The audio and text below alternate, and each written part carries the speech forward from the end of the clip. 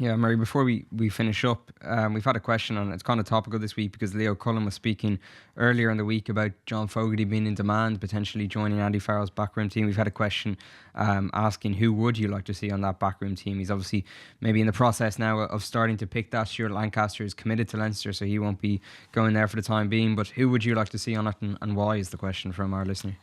Yeah, God, I'll put out a word for CV applications and stuff. I think what you'd like to see is a really good attack coach. I'm not quite sure who that is, but someone who can bring that creative edge, also those strike plays, which are so important, and maybe a slight shift in philosophy. So it would be nice to see something different from Ireland. You're obviously not going to completely revolutionise it. Andy Farrell will have been influenced quite a lot by Joe Schmidt and his style, but I think it'll be really fascinating to see if Ireland have a different identity in terms of what they do with the ball in the next coaching ticket.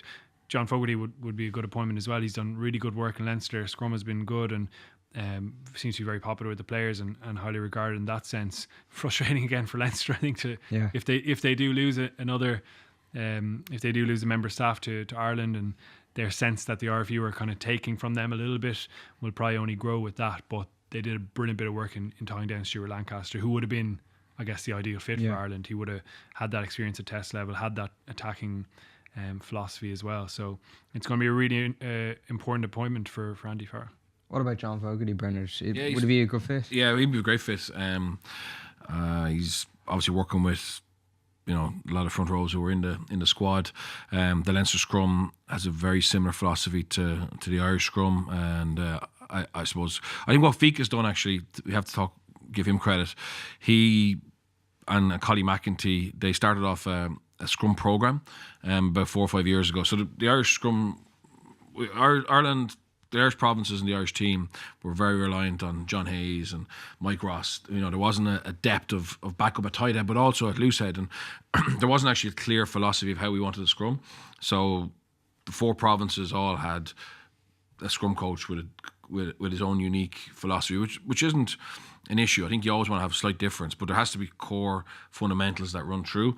And I think the RFU, they talked about hiring a national scrum coach, and what they did was they combined, I think, Greg Feek's role as being the scrum coach to the senior team, but also being a mentor and a teacher to a body of coaches who went through this scrum program. It took over, I think it was 2 years or 2.5 years, where they did different seminars, different weekends, and they got all the scrum geeks into a room, and they got down, they scrummaged, and they looked at videos, and they problem solved. And but what it led to was, instead of one guy going around trying to coach all the props and front rows and second rows in Ireland, I think there's maybe 20 of them now, and they're working at all levels. So there's a pretty good chance that when you get a 19-year-old from West Cork who's been, through the pathway, he's going to have a very similar setup and philosophy as a 19-year-old from Offaly, who's come through the pathway, and that's great. That means the guys at under 20s level, you can slightly change how you see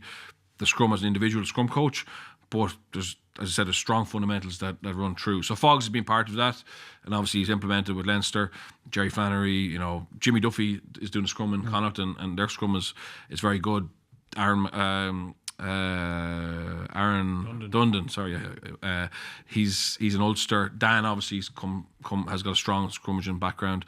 So there's some really quality guys available, but I think it started with a vision 4 or 5 years ago and a decision to actually, I suppose, teach people rather than just hire in an expert and then expect him to be able to cover the whole country. So that was well done. I know we're very strong at scrummaging now, and that was a big weakness for us. So I think there's credit to Collie McEntee and Greg Feek and Nusa for implementing that.